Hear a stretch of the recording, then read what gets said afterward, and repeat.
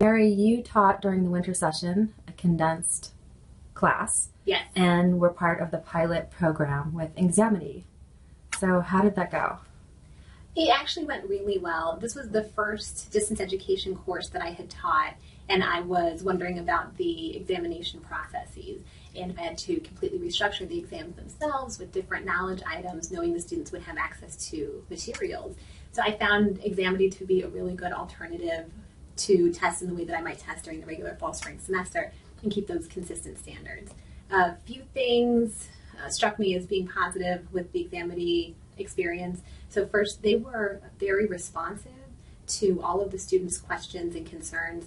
I had some initial concerns about the burden on students to sign up for Examity. Mm-hmm. So they need to access a website by providing a login information and their email address.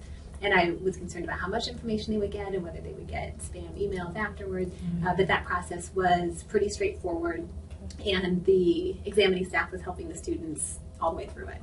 They also were responsive to my questions. So it was a new process for me to set up exam items and to set the times that the exam would be open and closed to students. And I had some questions about creating a password for the site and under what conditions it would get access and what happens if students had problems. And the Examity staff was available to answer my questions during the whole exam period. That's good. So how did it go on exam day? Exam day was good. So I used Examity for 2 different exams, and the first one was a new experience for the students and for me. And I had I thought that I had set up the exam time to be released at the right time. And about 5 minutes into the exam period, a student emailed me and said, "Oh, I don't have access to it." And so I didn't know if I had done something wrong on the instructor end or if the student had done something wrong setting up the login.